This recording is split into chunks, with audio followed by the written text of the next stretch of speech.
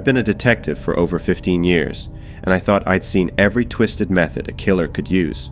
Poisoning, stabbing, shooting, the usual suspects. But nothing, and I mean nothing, could have prepared me for the case that would shake me to my core. A case where the murder weapon had 4 legs, a wagging tail, and had been trained to kill on command. This is the story of how a family's darkest secret turned man's best friend into the perfect murder weapon.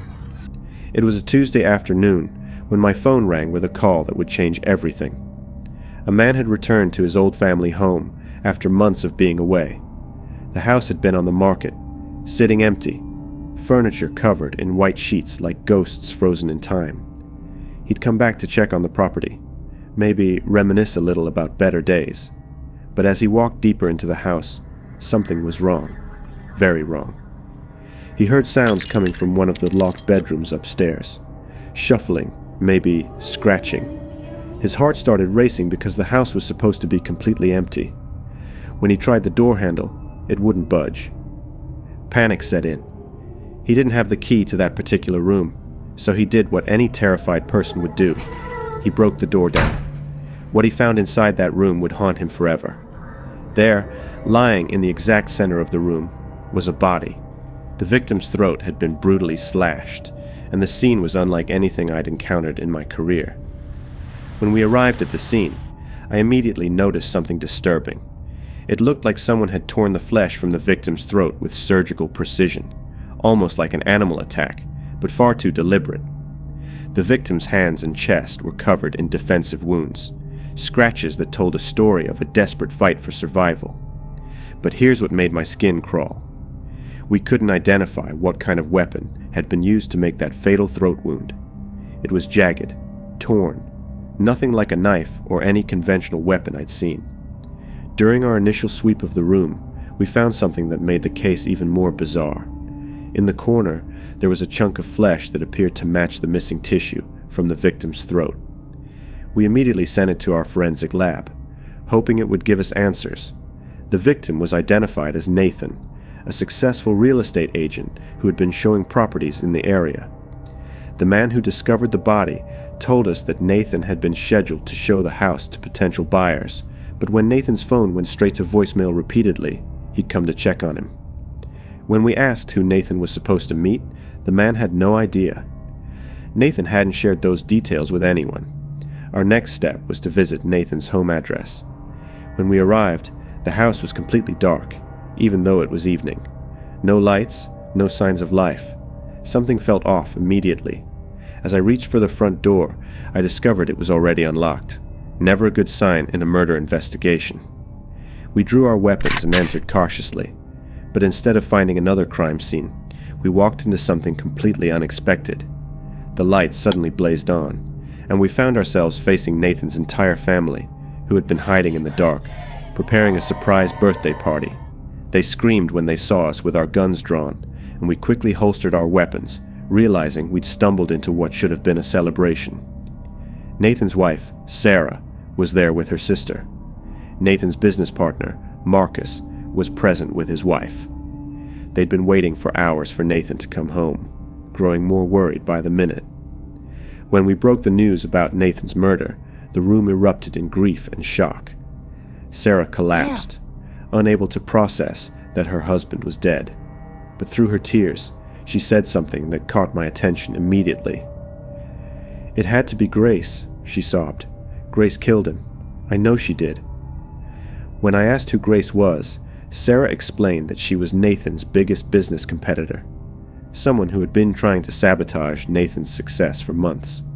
According to Sarah, Grace never wanted to see Nathan get ahead in the real estate game. We sent both the body and the mysterious flesh sample to our forensic lab and waited for results. When I met with the forensic team, Dr. Rodriguez gave me news that stopped me cold. "Detective, we still can't determine what weapon was used," she said, her voice unusually shaky. "But we did find something strange. There was a single hair embedded in the throat wound, a hair that definitely didn't belong to the victim. With no clear weapon identified, we decided to visit Grace, Nathan's supposed rival. When we knocked on her door, her reaction was immediate and telling. She went pale the moment she saw us. When we informed her about Nathan's death, she began crying, but something about those tears felt wrong. They seemed forced, almost rehearsed. But then Grace told us something that completely changed the direction of our investigation. Our rivalry was all fake, she admitted. Nathan and I were actually in love. We were planning to get married. The whole business competitor thing was just a cover because he was still married. While we were processing this revelation, my phone rang. Nathan's office was calling with crucial information. At Nathan's office, his assistant revealed something critical about the day of his murder. Nathan had canceled all his meetings and appointments. Highly unusual behavior for someone as dedicated as Nathan. The assistant explained that Nathan had gone to return keys to a property owner because the house wasn't selling. We decided to visit this property owner's office. When we walked into his office, we caught him in the middle of a hushed conversation with his secretary about disposing of something properly. When we showed him Nathan's photograph, he immediately recognized him. "Oh yes, that's the real estate agent," he said. "He came by yesterday afternoon to return the house keys because we were taking the property off the market. But then he got a phone call and had to leave suddenly." This was our first real lead. I instructed my team to pull Nathan's phone records for the previous day, specifically focusing on calls between 5 and 6 p.m., the time window when Nathan had left the property owner's office. The phone records revealed that Nathan's last call came from a payphone in a rough part of town. We immediately drove to investigate. At the payphone location, we spoke with the clerk at a nearby convenience store. He remembered Nathan clearly because of one disturbing detail. "Yeah, he was here yesterday," the clerk said. "But there was something weird about him. He smelled like animals, small animals, and he made a phone call about going to show some house to someone. We were hitting dead ends until we got the call that would crack the case wide open. Dr. Rodriguez called with results that no one could have predicted. Detective, we've determined the cause of death. But you're not going to believe this," she said. "Nathan was killed by a dog. The hair we found embedded in his throat wound, it's canine DNA. A dog killed Nathan." I couldn't process what I was hearing. How could a dog commit murder? But then I remembered what the convenience store clerk had said about Nathan smelling like small animals. My team and I began searching the area around the payphone for anything related to dogs.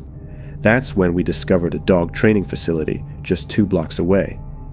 When we arrived at the training center and began asking questions about whether they trained dogs for violent purposes, the staff immediately became defensive and denied everything. But when we demanded to see all their dogs, the owner's face went white. "Actually," he stammered, "one of our trainers and his dog have been missing since yesterday. He just disappeared without explanation, and his phone has been turned off." We got the trainer's home address and raced over immediately. The trainer's front door was standing wide open. Never a good sign. Inside, we found another body, this one belonging to the missing dog trainer. He had 3 stab wounds in his stomach, but forensics would later reveal that he had died from the first wound. The other 2 were unnecessary, suggesting the killer was inexperienced and panicked. As we processed this second crime scene, we heard a sound that broke my heart. Whimpering, coming from under a couch. There, cowering and traumatized, was the missing dog. This wasn't some vicious beast. It was a gentle, well-trained animal that was mourning the loss of its beloved trainer. During our search of the trainer's house, we found a duffel bag hidden on top of a tall wardrobe. Inside was more cash than I'd ever seen in one place, easily $50,000 in small bills. We brought the dog to our forensic lab for examination.